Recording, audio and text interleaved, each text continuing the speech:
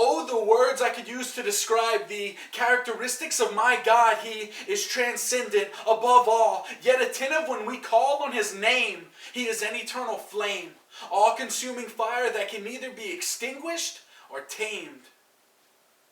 Infinite and worthy of the praise that overflows from our hearts, making its way through our veins, and out of our mouths we sing, because since the beginning, this is what you have ordained.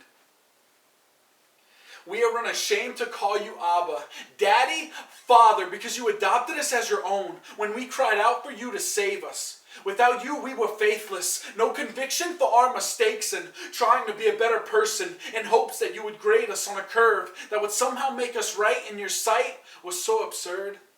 We had no regard for you, Lord, but you forgave us, and on that cross, you experienced the wrath of God to make a way so that we were no longer foreigners, but can now be called sons and daughters.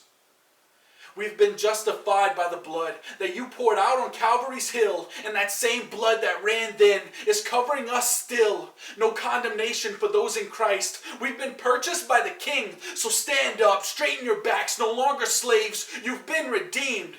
It's so ridiculous to think that we made it here on our own, when actually our self-righteous behavior amounts to nothing at all. But it's by grace that we've been saved, and not by works that we could boast about something we had done to earn the privilege of knowing you.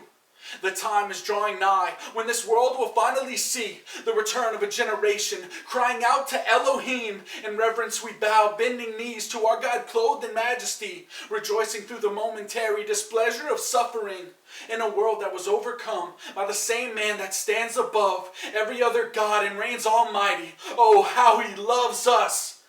Let the sound of adoration resonate through the silence, echoing in this place with songs of deliverance. Raise your voice with lifted hands in honor of the great I Am.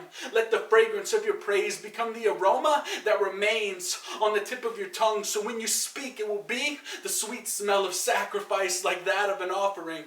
May our hearts burn with the desire to reflect the image of our Messiah, yielding to his commands and lifting his name higher.